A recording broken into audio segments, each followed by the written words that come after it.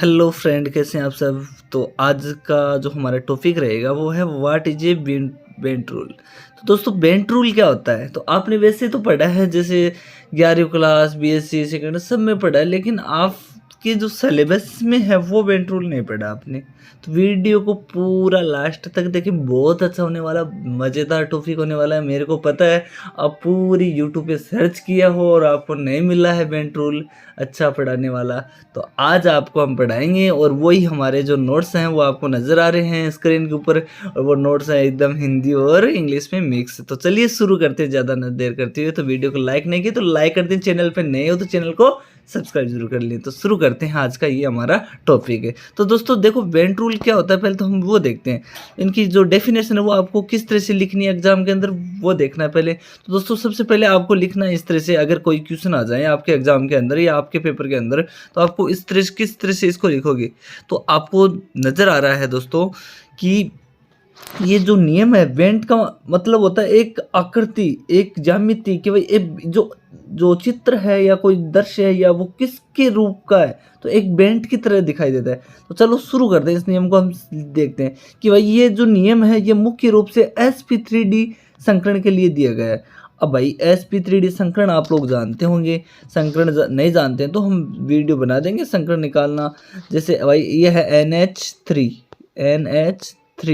अब इसमें आपको पता है कि भाई इसमें सिग्मा बॉन्ड है, तो सिग्मा बॉन्ड कितने हैं और इसके जो वैलेंसी है वो कितने होते हैं। तो संकरण निकालने का जो शॉर्ट ट्रिक है मैं आपको बता देता हूँ।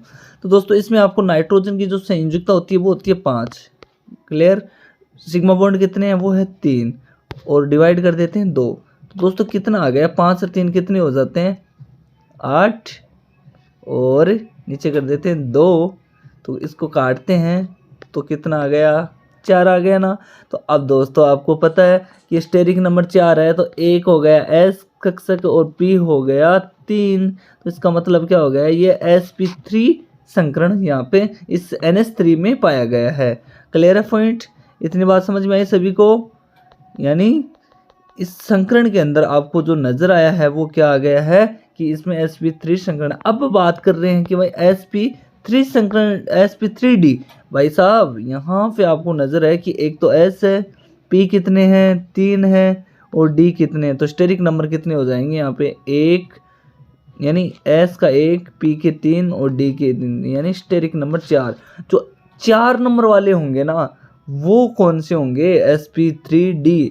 और उसकी जो आकृति होगी ना दोस्तों वो कैसी हो गई तो आपको नजर आ रही होगी। तो इसके लिए दिया गया है कि sp3d संकरण के लिए जो दिया गया है वो है sp3d संकरण से जो त्रिभुजीय द्विपिरामिडीय ज्यामिति निर्मित होती है। आपने देखा होगा कि भाई ये द्विपिरामिडीय किस तरह से होती है कि आप वीएसपीआर थ्योरी आपने पढ़ी होगी। ये हमारे जो नोट्स हैं वो आप देख सकते हो, इसमें हर प्रकार के यहाँ पे नोट्स मिलेंगे आपको, हिंदी इंग्लिश मिक्स। तो जिनको लेना है तो वो हमारे व्हाट्सएप नंबर पे हमें मैसेज कर सकता है, तो आपको नोट्स प्रोवाइड करवा दिया जाएगा। तो गाइज आप लोग जिनको चाहिए वो ज़रूर लेना। तो ठीक है, तो हमारा जो दिया गया है वो देखो। तो इसमें यह एक तो त्रिभुजीय आकार की होगी। क्या होगी? त्रिभुजीय आकार की होगी। Clear point? उसके बाद में क्या है, जो स्थिति बनेगी वो क्या? इक्वेटोरियल स्थिति बनेगी। Clear point? आगे क्या हो रहा है कि जो द्विपिरामिडीय ज्यामिति है वो अक्षों पर बनती है। मतलब अक्ष जानते हो क्या आप लोग? इस तरह से अक्ष होते हैं, जैसे अक्ष वाई एक्सिस। तो यहाँ पे इस तरह से इसकी जो ज्यामिति बनने वाली है वो इस तरह टाइप की बनने वाली है।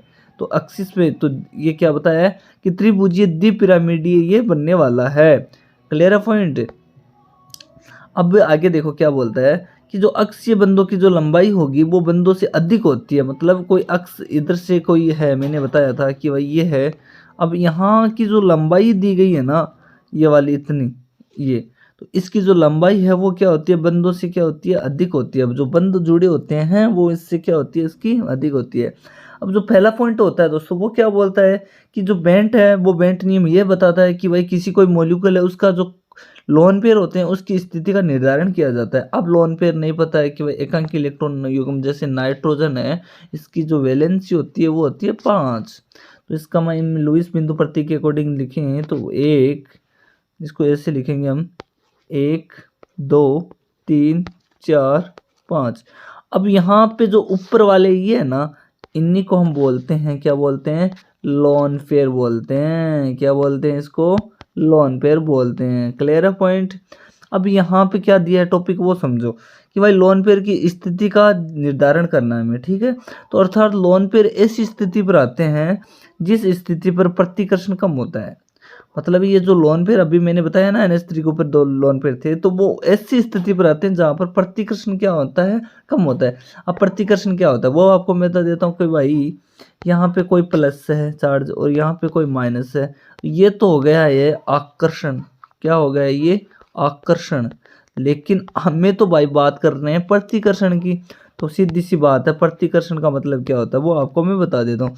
तो प्रतिकर्षण का मतलब हो गया यहाँ पे कोई प्लस है और यहाँ पे भी क्या है, प्लस। इन दोनों के मध्य क्या उत्पन्न हो रहा है, प्रतिकर्षण हो रहा है, न कि क्या बोलते हैं, आकर्षण। ठीक है, तो यहाँ पे क्या हो गया, प्रतिकर्षण उत्पन्न हो गया है। डन है इतनी बात। चलो ये तो आपको समझ में आ गई। पहला पॉइंट ये बोलता है बेंट रूल का कि कोई मॉलिक्यूल है उस पे जो लोन पेयर की जो स्थिति होगी या निर्धारण होगी वो क्या होगी, लोन पेयर की इस स्थिति पर आते हैं लोन पेयर जिस स्थिति पर प्रतिकर्षण क्या होना चाहिए, कम होना चाहिए। मतलब लोन पेयर कहाँ पे आएंगे, जहाँ पे प्रतिकर्षण क्या होना चाहिए, कम होना चाहिए। इतनी बात क्लियर है। चलो आशा करता हूँ आपने अभी तक लाइक कर दिया होगा, अगर नहीं किया तो लाइक ज़रूर कर दो यार। इतनी मेहनत से मैं वीडियो बनाता हूँ आप लोगों के साथ और आपका प्यार से, तो चैनल पे नए हो तो सब्सक्राइब जरूर कर लो यार। केमिस्ट्री वाला कृष्णा तो आप लोगों के लिए ही लेके आता है ये अच्छे अच्छे वीडियो। तो चलो अब दूसरे पॉइंट को हम सीख लेते हैं कि मुख्य रूप से बेंट रूल होता है वो sp3d संकरण के लिए दिया गया है। मतलब पूछ लेते हैं भाई कौन से संकरण के लिए बेंट रूल लागू होता है, तो क्या बताओगे भाई, sp3d। तो sp3d संकरण के लिए ये लागू होता है। ठीक है, कॉन्सेप्ट क्लियर है। दूसरी बात तो आपको ये समझ में आ गई। संकरण वैसे अब आपको संकरण मैंने बता दिया है, अगर नहीं बताया तो इस तरह से आप कर सकते हो। पहले जितने भी वैलेंसी है वो और उसके सिग्मा बॉन्ड है वो और उससे काउंट करके आप इस तरह से निकाल सकते हो। कॉन्सेप्ट क्लियर है। अब चलो आगे। तो भाई आगे देखो sp3d जो संकरण होते हैं उसमें जो ट्राइगनल बाइपिरामिडीय ज्यामिति होती है, त्रिभुजीय द्विपिरामिडीय ज्यामिति का क्या होता है, निर्माण होता है।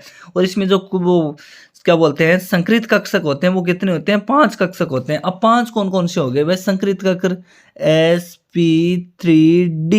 तो भाई यहाँ पे एक जो s नजर आ रहा है ये एक हो गया, 1 नंबर इसको देंगे हम लोग।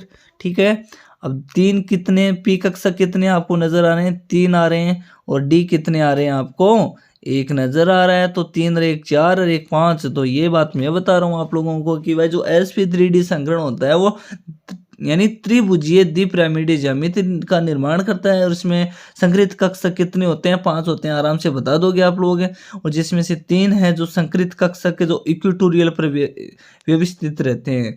मतलब जो 3 कक्षक ऐसे होते हैं जो कौन सी स्थिति पर रहते हैं, इक्वेटोरियल स्थिति पर रहते हैं, जिसमें जो ट्राइगोनल ज्यामिति बनती है। तो इसी की वजह से क्या होते हैं, ये ट्राइगोनल ज्यामिति बनती है। मतलब एक लोन पे यहाँ पे, एक यहाँ पे और एक यहाँ पे, तो इस तरह से ये इक्वेटोरियल स्थिति पे हो गए। तो अब भी आपको नजर आ रही होगी कि भाई ये 3 हैं वो इस तरह से कक्षक क्या कर रहे हैं, ये निर्माण कर लेते हैं। ठीक है, अब आगे देखो। अब जो बच्चे 2 वो क्या करेंगे, वो है ना वो इस तरह से करेंगे कि भाई जो शेष 2 संकृत कक्षक है ना वो एक्सियल पर व्यवस्थित रहते हैं, जिनसे क्या होती है, बाइपिरामिडल ज्यामिति बन जाती है। मतलब यहाँ पे आपने 3 को तो यहाँ पे बता दिया कि सर एक तो इधर है एक इधर, ये तो बन गया है। अब 2 बच्चे हैं वो क्या करते हैं, द्विपिरामिडीय स्थिति का निर्माण करते हैं। कुछ जो एग्जाम्पल है वो हम आगे करेंगे, आपको बता देंगे भाई किस तरह से ये द्विपिरामिडीय ज्यामिति का निर्माण करते हैं। ठीक है दोस्तों, अब आगे देखो। तो आगे जो पॉइंट बोलता है वो ये पॉइंट बोलता है, चौथा पॉइंट, कि भाई जो sp3d संकरण है ना उसमें sp2 व pd संकृत कक्षकों से मिलकर बना होता है। मतलब है क्या समझे कि भाई यहाँ पे sp3d ये है। अब सीधी सी बात है, sp2 डन है, पीछे बच्चा कौन, p और d बच्चा है। अब इनसे मिलकर क्या बना है, sp3d बना है। ये तो हम नजर आ रही है, इनसे मिलकर ही बना है, सीधी सी बात है। अब sp2 संकरण है ना उसके जो s लक्षण होते हैं ना, s करेक्टर के, वो कितने होते हैं, 33% होते हैं। कितने होते हैं वो, 33% होते हैं। Very good. अब आगे देखो कि वह जो पीछे बच्चे pd कक्षक वो कितने परसेंट होते हैं, तो भैया जी वो होते हैं 0% होते हैं। समझ में आई बात। यानी sp3d की हम बात कर रहे हैं, जिसमें से sp2 होता है वो कितने होता है 33% होता है। कितने होता है 33%। पीछे बच्चा कौन pd बच्चा है भाई। अब pd होता है ना दोस्तों, वो होता है कितना प्रतिशत, वो एस करेक्टर होता है, वो होता है ये यहाँ पे दिया है आपको नजर आ रहा है 0% होता है। क्लियर है पॉइंट। जिन यौगिकों में एस लक्षण अधिक होते हैं उनमें विद्युत ऋणता का मान भी क्या होगा दोस्तों, अधिक होता है। चौथा पॉइंट ये बोलता है कि भाई sp3d का संकरण है उसमें sp2 व pd संकरित कक्षों से मिलकर बना होता है, ये तो हम जानते हैं। और इसमें जो sp2 संकरण होता है वो s लक्षण होते हैं, सीधी सी बात है। तथा pd कक्षों में s कितने होते हैं 0% होता है, और इन यौगिकों में एस लक्षण अधिक होते हैं, तो सीधी सी बात है विद्युत ऋणता का मान भी क्या हो जाएगा, यहाँ पे अधिक हो जाएगा। Very good. तो मोटी मोटी बात यही है दोस्तों कि एस करेक्टर पे ये निर्भर रहता है। तो कौन रहता है, ये विद्युत ऋणता इसकी क्या हो जाएगी समानुपाती। तो पांचों पॉइंट हम देखते हैं कि भाई एस लक्षण तथा विद्युत ऋणता एक दूसरे के क्या होते हैं, समानुपाती होते हैं। तो ये बात हम ऊपर वाले पॉइंट में सीख चुके हैं। तो एस लक्षण समानुपाती क्या हो गई, विद्युत ऋणता हो गई ही। अब छठे पॉइंट की हम बात कर लेते हैं। वो जो छठा पॉइंट है वो क्या बोलता है बेंट रूल का, वो सीखो आप लोग। ये कुछ एक पॉइंट है वो आप लिख के आओगे तो आपको अच्छे नंबर मिलेंगे। देखो क्या बोलता है कि जो इक्विटोरियल पोजीशन होती है उसमें जो sp2 संकरित कक्षक होते हैं ना, उस अतः यहाँ पर क्या होते हैं, जो s लक्षण होते हैं वो कितने प्रतिशत होते हैं, 33% होते हैं। कितने 33%। जबकि जो एक्सियल पोजीशन होती है ना उसमें जो d और p संकरित कक्षक होते हैं जहां पर s लक्षण कितने होते हैं, 0% होते हैं। क्लियर है पॉइंट। अब आगे देखो, तो अतः इक्विटोरियल जो पोजीशन रहेगी वो विद्युत ऋणता का मान को क्या कर देगी, अधिक होगा। तो सीधी सी बात है भाई, जो इक्विटोरियल जो पोजीशन है वो क्या हो जाएगी, विद्युत ऋणता का मान क्या हो जाएगा, अधिक होगा। और बेंट रूल के अनुसार जो लोन पेयर होते हैं उसी पोजीशन पर स्थापित होते हैं जहां पर विद्युत ऋणता का मान क्या होता है, अधिक होता है। मतलब मोटा मोटी बात यह है कि जो लोन पेयर होते हैं वो किस पे निर्भर करते हैं, वो करते हैं भाई विद्युत ऋणता का मान पे, कि जहां भी आप उनको विद्युत ऋणता का मान अधिक मिला तो वहां पे लोन पेयर की पोजीशन स्थिति स्थापित होगी। तो इसी कारण लोन पेयर सदैव क्या होते हैं, इक्विटोरियल पोजीशन पर होते हैं। तो ये बात हम जान गए हैं क्यों होते हैं इक्विटोरियल पोजीशन पर, क्योंकि विद्युत ऋणता का मान क्या होता है, अधिक होता है। तो चलिए दोस्तों आपको दिखा देते हैं। तो आपको नजर आ गया है यहाँ पे ये एक एग्जाम्पल दिया गया है। तो यहाँ पे आपको सल्फर और फ्लोरीन नजर आ रही होगी, तो स्ट्रक्चर नजर आ रही होगी यहाँ पे। तो ये जो सल्फर है उसके पास में यहाँ पे दो क्या है, आपको लोन पेयर नजर आ रहे हैं। क्या नजर आ रहे हैं, लोन पेयर नजर आ रहे हैं। अब यहाँ पे नजर आ रहे हैं, और कितनी फ्लोरीन आ रही है आपको, 4 फ्लोरीन आपको नजर आ रही है। दूसरे एग्जाम्पल की हम बात करें तो इसमें क्लोरीन है, इसके पास में भी क्या है, लोन पेयर होते हैं। अब क्लोरीन की बात करें तो वही सीधी सी बात है, क्लोरीन के पास में कितने होते हैं, तो ये क्या रखती है, 7 संयोजकता होती है इसकी, और इस तरह से ये इसके साथ में बॉन्ड बनाया रखा है। तो यहाँ पे ये जो बॉन्ड बना है वो इस फ्लोरीन और क्लोरीन के मध्य बना है, और इसके पास में ये क्या होते हैं, सारे के सारे आपको नजर आ रहे होंगे, ये इनके क्या होते हैं, लोन पेयर होते हैं। ये आप एग्जांपल इसमें लिख सकते हो। तो आगे देखो 7वां पॉइंट ये बोलता है कि जो इक्विटोरियल पोजीशन होती है उसमें जो विद्युत ऋणता का मान होता है वो ज्यादा हो जाने के कारण क्या होता है, इलेक्ट्रॉन जो क्या बोलते हैं डेंसिटी यानी घनत्व है वो क्या होता है, ज्यादा होता है, जिससे अधिक विद्युत ऋण जो परमाणु होते हैं वो इक्विटोरियल पोजीशन पर नहीं जुड़ सकते हैं। मतलब किसकी वजह से हो रहा है ये सारा, विद्युत ऋणी परमाणु क्यों नहीं जुड़ सकते हैं, क्योंकि वहां पे जो इलेक्ट्रोनेगेटिविटी ज्यादा हो जाने के कारण वहां पे ये जुड़ नहीं सकते। तो पोजीशन पर नहीं जुड़ सकता और वहां वो एक्सियल पोजीशन ही जुड़ता है, जैसे PCl3 और F2। तो आपको नजर आ रही होगी कि भाई यहाँ पे है एक फास्फोरस और यहाँ पे कौन है, क्लोरीन है, और यहाँ पे भी कौन है, क्लोरीन, और एक क्लोरीन इसके आगे इस तरह से बनी हुई है। ठीक है। अब बीच में ये जो ये वाले नजर आ रहे हैं ना आपको, देखो ये वाले, ये दो बच गए, ये एक एक्सियल मतलब इक्वेटोरियल पोजीशन पर ये बने हुए हैं। तो इस तरह से इनकी स्ट्रक्चर आपको याद रखनी है। PCl3 वाला F2, ये आपको एग्जांपल लिख के आ जाना है इस तरह से। तो यहाँ पे आपको नजर आ रही होगी कि ये जो कौन सी आकृति बन रही है, ये ट्रायंगल बन रही है। कौन सी, ट्रायंगल नहीं समझते हैं तो आपको मैं बता देना चाहता हूँ कि त्रिभुजीय आकार की ये आपको नजर आ रही है, क्या आ रही है, त्रिभुजीय आकार की ये आपको नजर आ रही है। और ऊपर वाले दो है वो द्वीप पिरामिड इनको बनाने में सहाय कर रहे हैं। क्लियर है पॉइंट। अब देखो अगला पॉइंट क्या बोल रहा है कि भाई जो इक्वेटोरियल पोजीशन होती है वो विद्युत ऋण अधिक होने के कारण क्या होते हैं, बंध के जो इलेक्ट्रॉन होते हैं ना वो क्या होते हैं, केंद्रीय परमाणु के नजदीक चले जाते हैं। अब भाई यहाँ पे जो इलेक्ट्रॉन आपको नजर आ रहे हैं, यहाँ पे ये केंद्रीय परमाणु फास्फोरस है, इसके नजदीक चले जा रहे हैं पूरे के पूरे। क्यों? क्योंकि विद्युत ऋणता अधिक होने के कारण ये बंध के इलेक्ट्रॉन के क्या होते हैं, केंद्रीय परमाणु के नजदीक चले जाते हैं, जिससे बंध लंबाई क्या हो जाती है, कम। क्यों? कि सीधी सी बात है भाई, यहाँ पे ये दिया गया है कि भाई इसके पास चला गया तो इसकी जो बॉन्ड लेंथ है वो क्या हो जाएगी, कम हो जाएगी। क्या हो जाएगी, ये कम हो जाएगी। Very good. अब देख लो आगे कि भाई जबकि जो एक्सियल पोजीशन पर जो बॉन्ड लेंथ होती है वो ज़्यादा होती है। तो PCl5 का आपको एग्जांपल नज़र आ रहा होगा कि भाई यहाँ पे फास्फोरस है और क्लोरीन है पूरी, तो इसकी जो आपको जो एक्सियल पोजीशन है वो क्या आ रही है, बॉन्ड लेंथ की ज़्यादा नज़र आ रही है। अब देखो अगला क्या बोलता है कि जो एक्सियल पोजीशन बॉन्ड लेंथ अधिक होती है और क्या बताता है कि भाई जो अतः ये बंध क्या करते हैं, दुर्बल होते हैं। ये जो आपको नज़र आ रहे हैं ना, ये बॉन्ड ये वाले सारे के सारे ये क्या होते हैं, एक दुर्बल बॉन्ड होते हैं। दुर्बल का मतलब होता है कमजोर, तथा ये आसानी से क्या हो सकते हैं, टूट सकते हैं। जबकि इक्वेटोरियल पोजीशन बॉन्ड लेंथ क्या होती है, कम होती है, अतः यही बंध प्रबल होते हैं तथा आसानी से ये नहीं टूटते हैं। तो समझ में आ गई कि भाई जो एक्सियल पोजीशन वाले जो बॉन्ड है वो तो टूट जाएंगे, कारण क्या है, वो क्या होते हैं, बॉन्ड लेंथ कम होती है और बॉन्ड लेंथ अधिक होती है और उसके जो बंध होते हैं वो दुर्बल होते हैं, इसकी वजह से उनकी जो आसानी से टूटने की संभावना रहती है। लेकिन जो इक्वेटोरियल पोजीशन, अब इक्वेटोरियल पोजीशन की बात करें तो ये वाले आपको नजर आ रहे हैं, देखो कितने मजबूत बॉन्ड से ये क्लोरीन इसके साथ में जुड़ी हुई है, एकदम से गहरी लाइन में ये दिखाया गया है इस तरह से।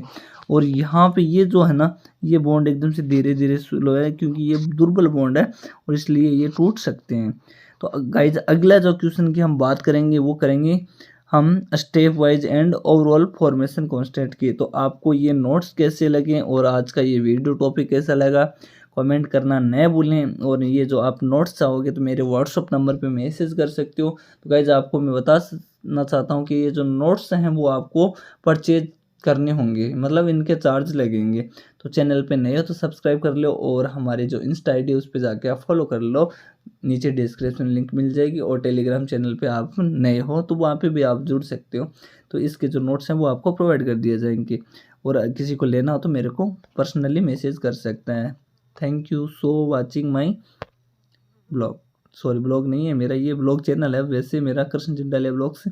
और यहाँ पे ये मैं स्टडी करवाता हूँ तो वहाँ पे भी आप जाके देख सकते हो। तो आज का ये वीडियो कैसा लगा कमेंट करना न भूलें।